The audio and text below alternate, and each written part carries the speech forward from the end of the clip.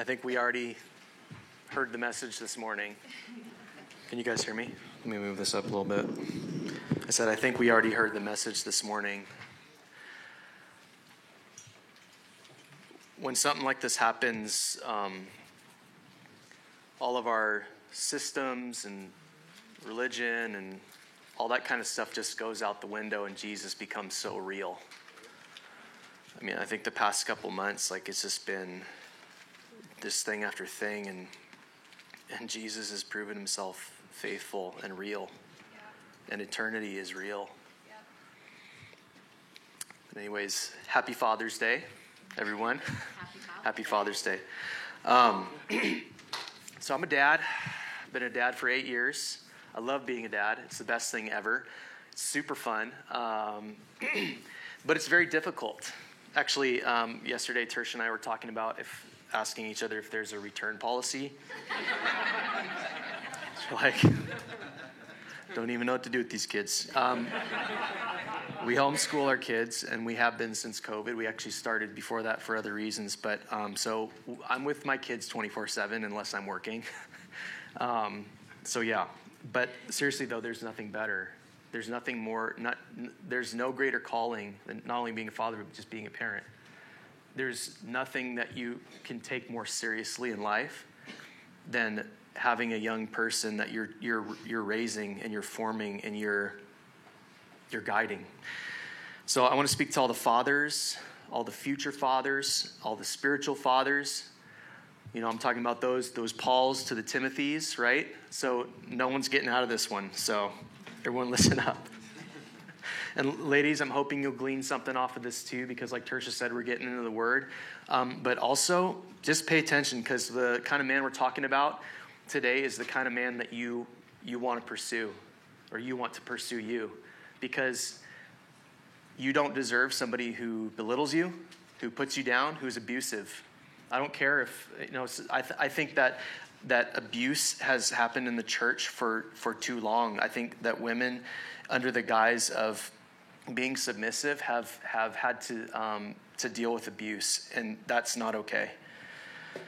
Anyways, so it's probably one of the most confusing times to be a man in history. I don't know if you guys agree. I mean, I can't put myself back in history at another point, but at least for me, the 90s were pretty good, it seems. I was a little kid, but 90s, everything was happy and good, but now it's just everything's confusing.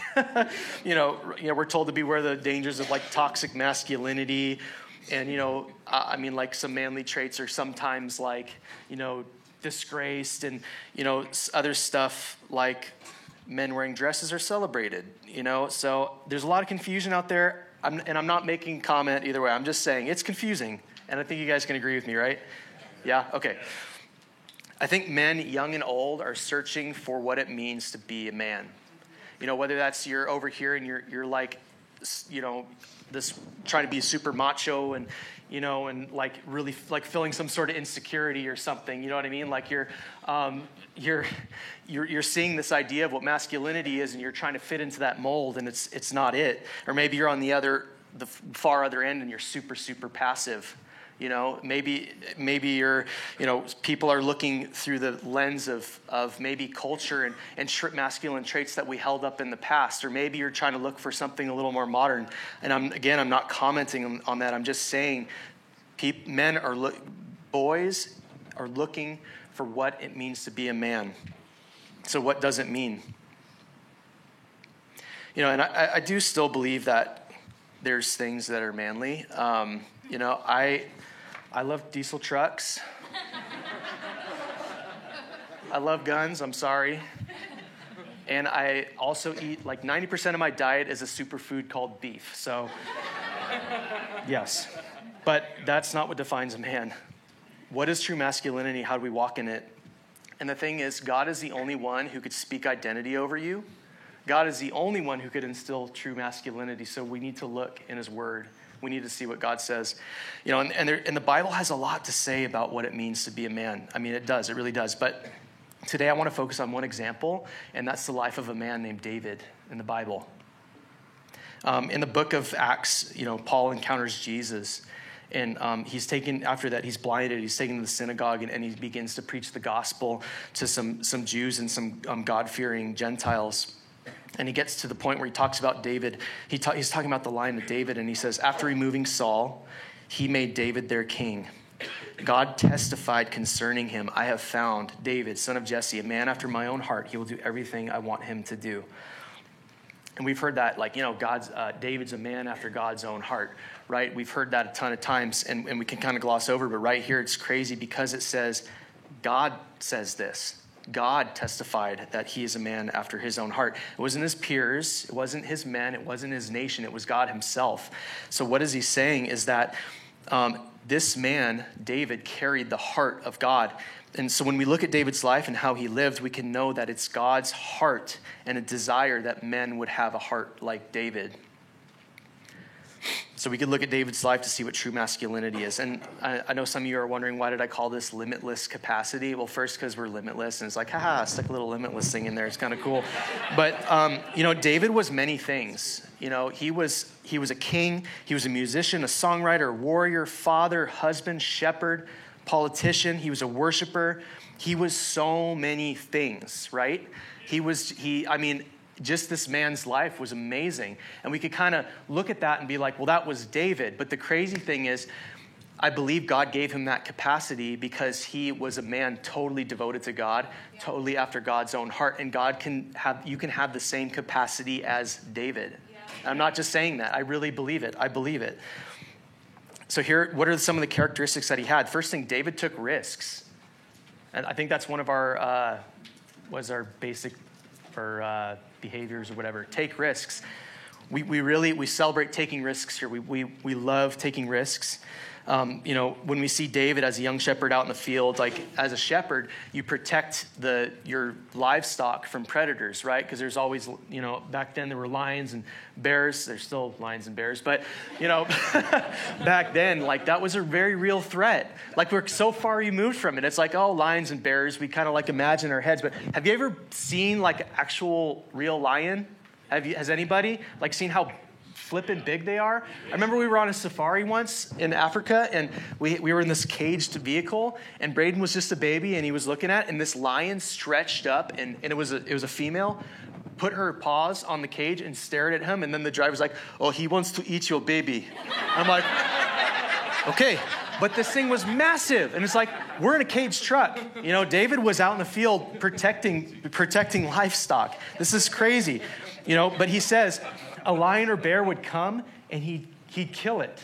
Said he'd grab it by the mane and strike it down. If it wouldn't let go of the sheep, he'd strike it down. It's just crazy to me. And then we know the rest of the story. David, his father sends him out to his brothers to bring them food. They're out on the front lines. They're fighting the Philistines. And, their champion Goliath would come out every day and taunt the Israelites and say, where's your God? And, and nobody wanted to fight him. Everybody was terrified. But what does David say? He says this, your servant used to keep the sheep for his father. And when there came a lion or a bear and took a lamb from the flock, I went after him and struck him and delivered it out of his mouth. And if he arose against me, I caught him by his beard and struck him and killed him. Your servant has struck down both lions and bears, and this uncircumcised Philistine shall be like one of them, for he has defied the armies of the living God. And David said, the Lord who delivered me from the paw of the lion and from the paw of the bear will deliver me from the hand of the Philistines. And Saul said to David, go, and the Lord be with you. Yes, amen. So if David was not prepared by the lion and bear, no way he would have trusted God to face Goliath. So what do we get out of that? Start exercising your muscles of risk. That's why we talk about testimonies all the time, because I have a journal and I look back in it and I forget the things that God has done. And when we say, God, you've done this, you can do it again, right? You take the small risks and God shows up and you're like, wow, you showed up. And then you see the bigger thing and you're like, God, you showed up here. You delivered me from the paw of the lion and the bear. Surely this uncircumcised Philistine will fall at your feet. And we know what happened. He struck him down and he cut off his head. What a man. So what are your lions and bears? What are your lions and bears? Because see, the thing is, like, I think David, if a lion or a bear took a lamb or whatever, David, I think everyone would be okay, would not hold it against him if he ran home. Dad, a lion took a sheep. And his dad wouldn't be like, David, how could you let that happen? He'd be like, oh, I'm glad you're safe, right? I mean, most dads would be like that, right? Not like, get back out there, you know? But the crazy thing is, I believe that he could have gotten away with not doing that. So what are your lions? What are your bears that you're avoiding? What are the things that you're avoiding that God is calling you? You could walk away from it. It's not mandatory. You could walk away from it, but what will happen if you walk away from that small risk that God's asking you to take? Because when you get face to face with Goliath, you're not going to face him. And God is calling you to some Goliaths. He's called this church some giants. Amen. Come on. You know, you hear like coaches and stuff, you know, do something that scares you every day, like motivational speakers. But I really believe that. I do believe that, because I believe when you don't, you get complacent. When you don't step into those risks, you get complacent. So go, if you need to ask for that promotion, ask for it. Put yourself out there. Sign up for a race. Sign up for some sort of competition that you need to train for that's scary. Pray for that person that God's nudging you to pray for, because you don't know what you're going to miss. I always talk about, like, there's several times where I just felt that nudge to pray for somebody and I didn't do it. I'm like, well, what could have happened? What could have God done if I had been obedient and I had taken that risk? You know, I used to be so shy. I remember actually when my dad when I used to, like, in high school, I liked to skateboard. And he would bring me places to skateboard. And I was like, I didn't want to skateboard because I was too worried about what people thought. I was worried about, like, what if I look dumb, or what if I mess up? I had such this fear of failure, but God just worked that out of me. So I'm right here standing before you saying God will do the same thing for you. If I can't step out, I can't do it. Yes, you can. You could do it with God's help. You know, I think the world has told men to play it safe, right? Like, we desire this security, and there's nothing wrong with being smart with money and stuff like that, or being, you know, having a routine. I'm not against that. I'm not saying that. I'm going to talk about that in a little bit, but, like, take risks. God is wild. Be wild. He wants you to be wild, right? We see in the garden, like, you know, God puts him in a safe garden, but he says, hey, you're going to go out and you're going to subdue the earth. I don't think that was really going to be like a really, you know, nice, neat, you know, easy thing, you know? The same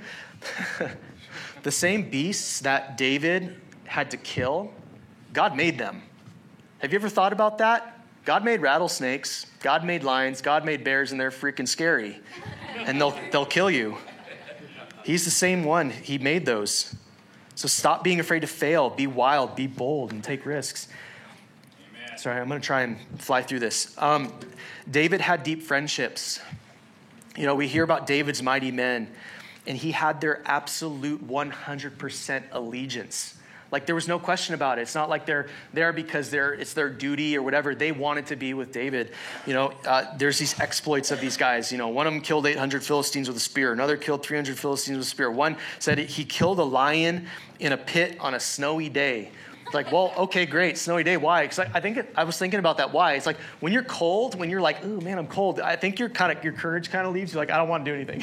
So I don't know. Maybe that's why. I don't know. But anyways, these men would follow David anywhere.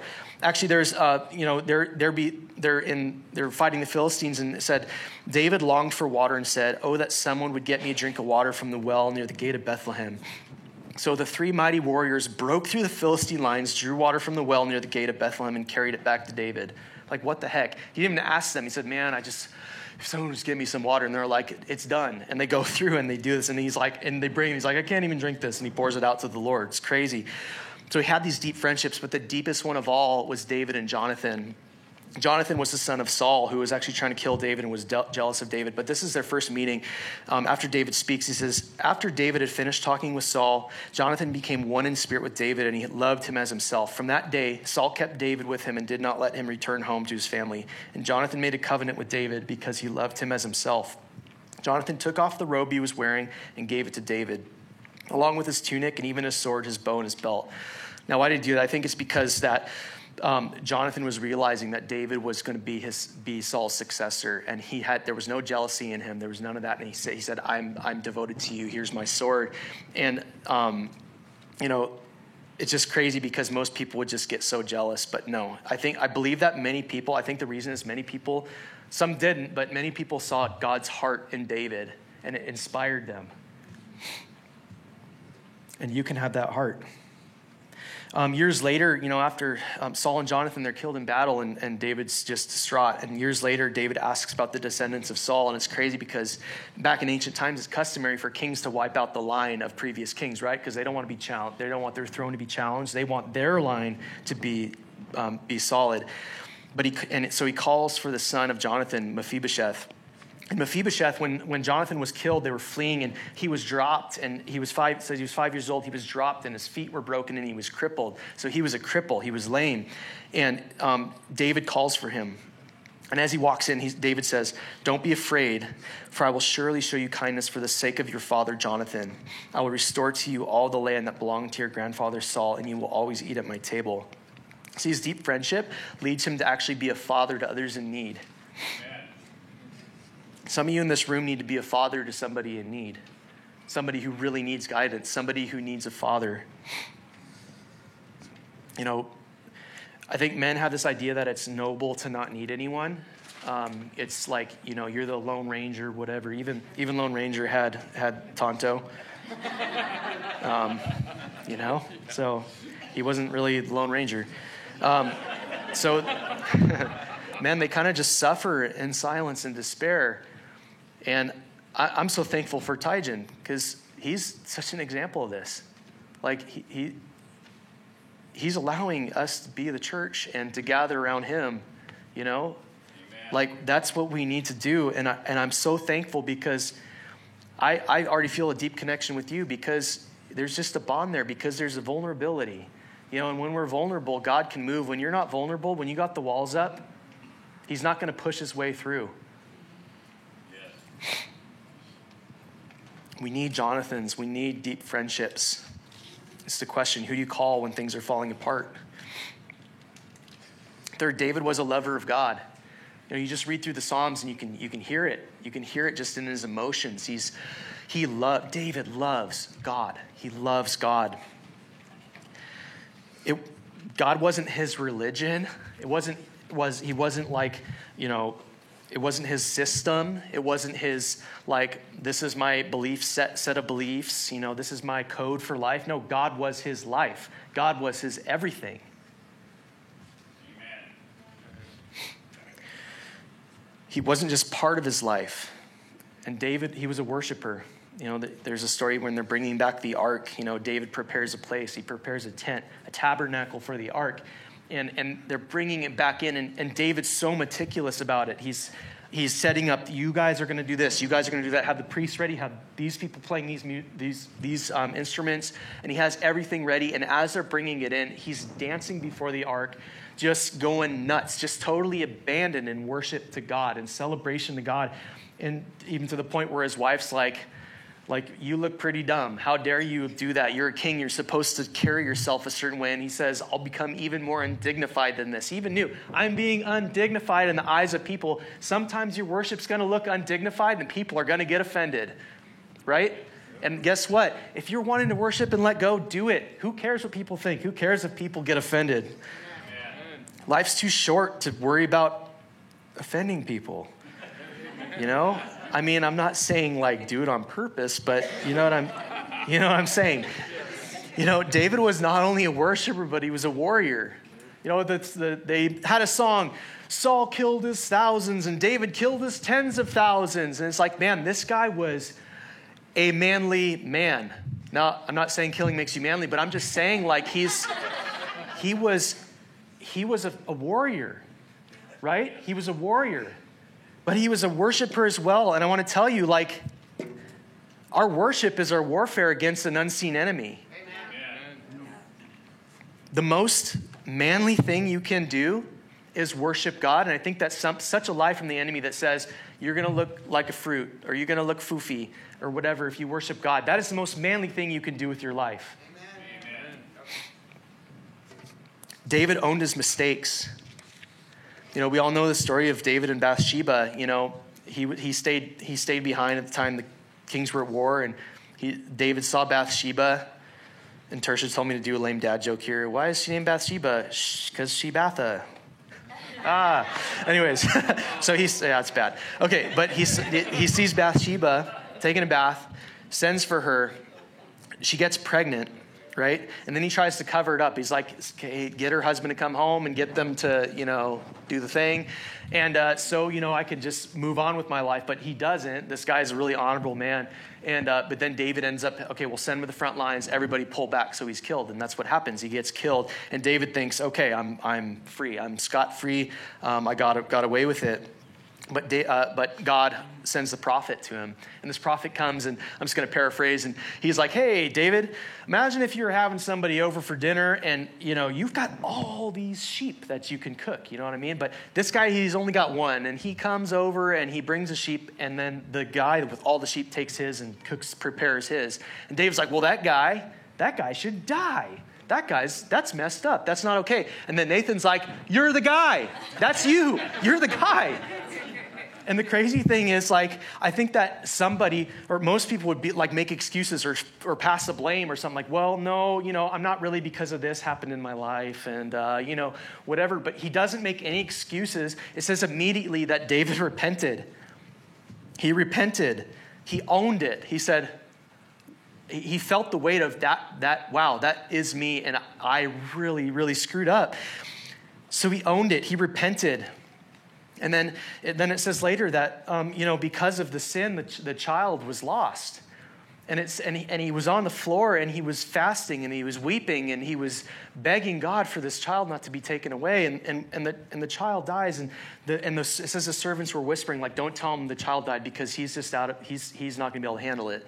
And he sees them whispering, and he's like, did the child die? And they say, yes.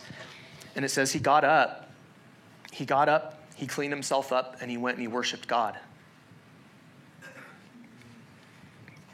He got up and he praised God. Amen.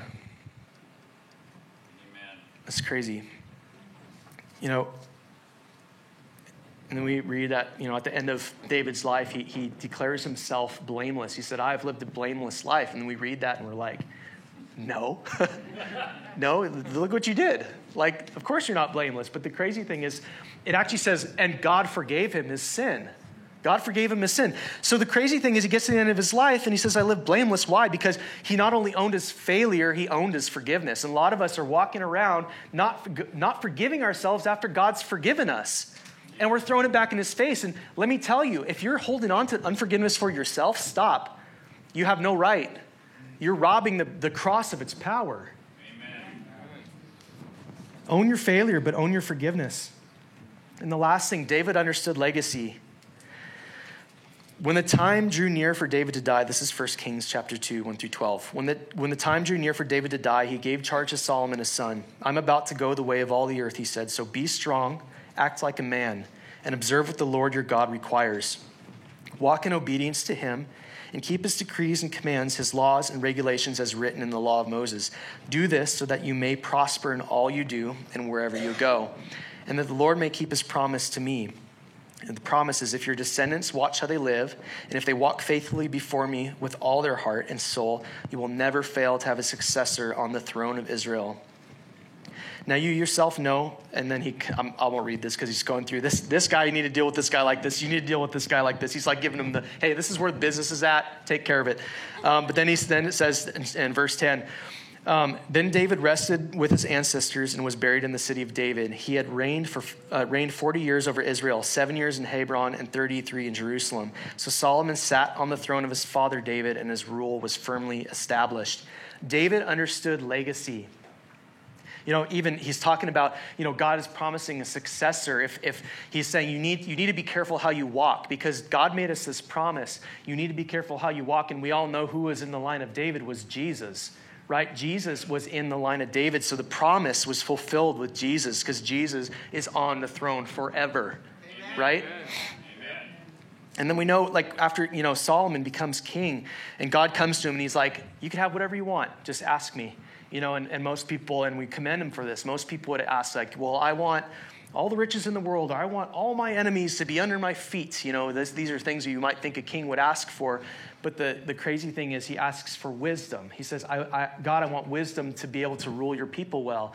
And we commend him for this. It is commendable, right? You can have anything in the world, anything. And he's like, I understand the legacy that was put inside of me by my father, and it's important that I rule your people well. So the crazy thing is he gets all that stuff anyways, but I just think like we commend him. And I believe, like, I don't think it just came out of nowhere. I don't think he just and all of a sudden Solomon had a little light bulb moment. I think I'll ask for wisdom. That's a good one. No, I don't think that's it. I just imagine just the time spent with his father and his father being intentional and speaking the words into him, life into him. This is who you are. This is what you're going to carry. And he prepared him because he understood the legacy that he was leaving. And the same thing is with us and our children. Are you intentional with your children? I'm speaking to myself right now because so many times I could be like, yeah, whatever, I'm doing this over here. I'm busy. I have all these chores. I have all these duties. I have to do this for work. And I could so easily just shove my children aside. And God's been teaching me, don't do that. Don't do that. Life is short. You don't, like Tyjan said, you don't know. We could be gone tomorrow. Are you leaving a legacy? Are you speaking legacy into your children? Are you looking to legacy, or are you just kind of looking just to get by the next day? And I'm not saying that things aren't hard. I'm not saying that at all. But are you allowing God to let you see the legacy that you're going to leave? Amen. Can you see it? Ask him. Every interaction with your kids, do you have legacy in mind? I love Psalm 127. It says, like arrows in the verses 4-5, in the hands of a warrior, like arrows in the hands of a warrior are children born in one's youth. Blessed is the man whose quiver is full of them. Children are a blessing. I love how Seth Dahl puts it. He says, children are the long-range weapon of the kingdom, right? Because kids, they have this faith, and it's like, we could go hand to hand and get bloodied up with somebody, but if you have a good archer and you just whoop, it's done, right? So when the enemy comes up and you got these kids speaking this legacy you put inside of them, hey son, you know what Jesus said? He said that you're going to trample on snakes and scorpions. Hey son, do you know what God said? He said that you could pray for the sick and they'll get well. Hey son, do you know what God said? That you have authority over demons because you don't have a junior Holy Spirit. You have the Holy Spirit that raised Christ from the dead living inside of you, right? And that as we speak those words, I love what Seth says. He's like, nowadays, you could go to the store and you could buy a pack of arrows manufactured in a factory. But back then, that wasn't the case, right?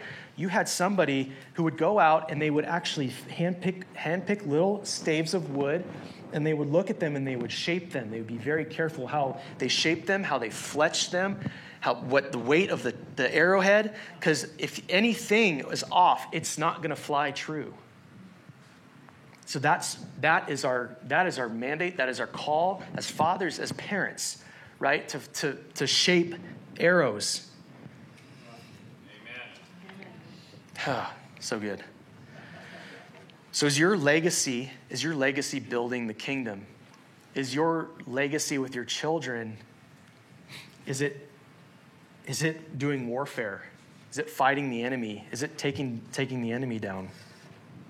And the greatest thing we could recognize, that the most important thing you could instill in your children is the importance of a relationship with Jesus. When we pulled our kids out of school, it got really hard because I'm not a teacher. Doing my best, and they're learning stuff. But the biggest thing, the thing we cared about most is, do you know Jesus? How do you treat people? Are you loving people? Do you see, even when it's hard, when you got to discipline? I know it looks hard now, but this is who I see you are and who I'm shaping you to be. This is who I believe God is helping me to shape you to be. Even if you're not a father in this room right now, you're a future father, you're a spiritual father. What kind of legacy are you leaving? I think about Sharon. She wasn't a father, she was a mother, but think of the legacy she left. What kind of legacy are you leaving on the earth? I think a lot of Christians, they just want to blow it off. We talked about it the other day. Anyways, I'm not going to go there. We don't value the legacy, but we need to. We're passing a baton. We talk about the great cloud of witnesses. Guess what? The baton's been passed, and you need to pass it too. Amen. I had something else, but I forgot it. I heard somebody, I heard this quote, and it's, the way you live your life is the way you live your days. How are you living your days? Are you living them wisely because life is short? Are you living them wisely? What are you leaving for your kids? Is your house in order? This is something I finally learned. I'm 34 now, and I'm like, oh shoot, I probably should get my stuff together, because I'm like being really unwise in certain areas, and I felt God really speaking, like, get your house in order, because it actually says in Proverbs 13:22, a good man leaves an inheritance to his children's children. As a father, are you living for legacy? If you're not, are you living for legacy? God can do anything through someone who's willing to give themselves to him and his purposes. Anything. I don't care what your background is. I don't care what's happened to you. I'm not downplaying that, but don't let that be the thing that controls your life. You're dealing with something in your life, change it. Change it. You don't like your job, you hate going to work, change your job. That's scary though. What about money? Yeah, I know. What about your short life? Right? Your life's too short to be staying somewhere just for provision when we have Jehovah Jireh, the provider. You trust God? Sorry, I don't even know where I'm going with this. Maybe you look at this list, you think it's the farthest thing from what your life looks like right now, but I promise you, God will give you the capacity for all these things if you just devote yourself to him and you say, God, I want to be a man or even a woman after your own heart. I want to be somebody who embodies your heart. And guess what? He would be more than happy to oblige. I want to be someone after your own heart. My greatest desire in life is to be commended as someone. Commended. Oh, can you imagine God commending you? This is a man after my own heart. This is a woman after my own heart. Like, can you imagine that? He will give you the capacity to take big risks, have deep friendships. Tersh and I have struggled with this because it's like, man, it's hard to find deep friendships, but we've found some really deep ones. I believe it's been God ordained. Be a lover of God. Sometimes it's hard to love God because stuff that's happened, or it's hard to love God because we have these messed up beliefs about him. He'll give you the capacity to own your mistakes. Stop shifting the blame somewhere else. Take complete ownership of your life. And lastly, he'll give you the capacity to leave a legacy. God, we just thank you for who you are. We just thank you that you are such a good, perfect Father, and we thank you that you've just given us the capacity to do whatever you want us to do. Lord, you say that we could do all things through you because you strengthen us. Lord, we could do whatever we need to do. Lord, to whatever you called us to. Lord, we love you. Lord, we lift you up today, and we just declare that you are worthy of our worship. Lord, you're worthy of our whole lives. Just pray this in Jesus' name. Amen.